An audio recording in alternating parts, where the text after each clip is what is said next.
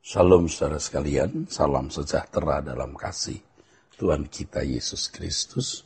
Kebenaran hari ini 5 Maret berjudul Meraih Kemenangan dengan Perjuangan. Ketika Yesus mengatakan bahwa ia datang untuk memberi hidup, maksudnya adalah bahwa ia memberi hidupnya sendiri bagi orang percaya. Inilah anugerah yang terbesar bagi dunia. Hendaknya pernyataan Yesus ini tidak hanya dipahami bahwa Yesus mati di kayu salib untuk menebus dosa kita. Titik. Bukan hanya demikian mestinya. Kita harus memahami apa maksud penebusan tersebut. Mengapa kita harus ditebus? Apa makna kata dosa dalam teks ini? Ya, menebus dosa. Menjawab pertanyaan ini perlu waktu panjang untuk menjawabnya. Bagaimanapun kita harus memahaminya dengan benar. Sebelum ditebus, seseorang belum bisa menjadi milik Tuhan, belum bisa menjadi milik Allah. Belum bisa menjadi milik Allah untuk diubah melalui proses pemuritan. Sebab Tuhan belum memiliki hak atas orang-orang yang belum ditebusnya. Tetapi setelah ditebus, orang-orang yang ditebus menjadi milik Tuhan. Menebus manusia dari dosa artinya mengambil manusia melalui transaksi dengan sarana pengorbanannya untuk membeli manusia, guna menempatkan manusia sebagai manusia yang memiliki keberadaan tepat seperti dirinya. Tepat seperti diri Tuhan bisa berarti tepat seperti Bapa di surga. Yesus tegas mengatakan bahwa kita harus sempurna seperti Bapa.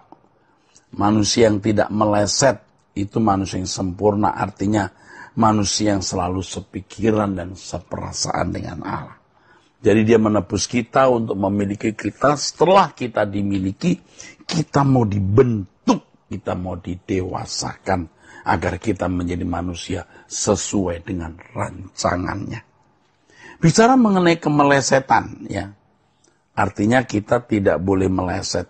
Hal ini bertalian dengan Roma 3 ayat 23. Semua orang telah berbuat dosa dan telah kehilangan kemuliaan Allah.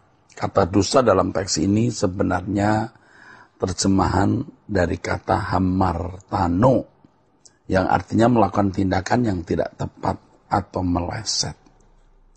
Hamartia, ya, kemelesetan. Inilah yang membuat manusia tidak memiliki kemuliaan Allah. Kemuliaan Allah berarti suatu nilai atau kualitas hidup. Jadi kalau Yesus memberi hidupnya, artinya Yesus mengajarkan cara hidupnya untuk kita kenakan. Yesus mengajarkan cara hidupnya agar kita mengenakan hidupnya. Dan Yesus mengimpartasi gairah hidupnya kepada kita yang menerimanya. Tentu kita yang mau giat, kita yang mau belajar dengan tekun kebenarannya guna dimerdekakan.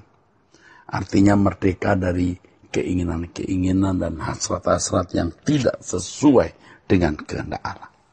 Kalau seseorang belajar mengenakan kehidupan Yesus, kemuliaan Allah dikembalikan kepada dirinya secara berangsur-angsur.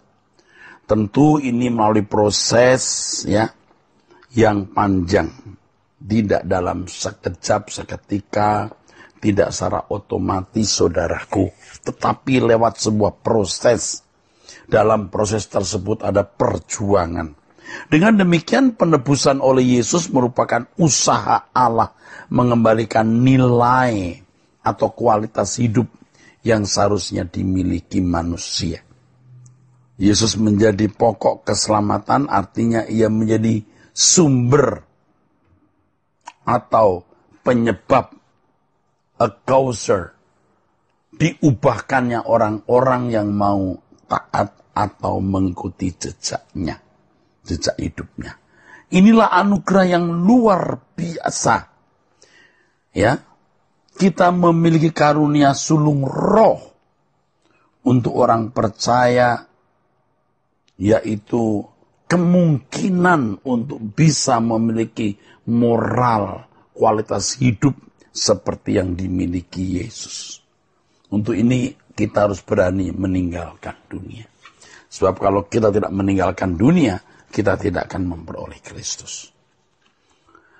Diperkenan memiliki kehidupan seperti Yesus adalah karunia sulung roh. Berbicara mengenai kesulungan harus dilihat dari perspektif adat Yahudi, saudara. Anak sulung adalah anak terkemuka yang mendapat warisan paling utama dalam keluarga. Anak sulung mewarisi tahta bapaknya kalau bapaknya adalah seorang raja. Anak sulung memiliki tempat yang khusus dalam keluarga. Nah, sebenarnya kalimat karunia sulung roh dalam teks Yunaninya adalah ten aparken to pneumatios. Ya, ten aparken to pneumatos. Dalam teks aslinya tidak ada kata karunia tapi buah. Jadi lebih tepat kalau diterjemahkan buah sulung roh. Ya, ten aparken to pneumatos. Buah sulung roh. Mereka yang termasuk, saudaraku, mereka yang termasuk buah sulung roh adalah orang-orang yang istimewa, yang memiliki keberadaan lebih mulia dari manusia lain dalam pandangan Allah. Mereka adalah orang-orang yang belajar dan mengerti kebenaran serta dibentuk menjadi sempurna oleh kebenaran tersebut. Mereka adalah orang-orang yang meninggalkan dunia dan tidak mencemarkan diri, ya, dalam segala kenajisan. Orang percaya adalah umat pilihan yang memiliki kesempatan meraih hak kesulungan ini. Saudara memiliki hak.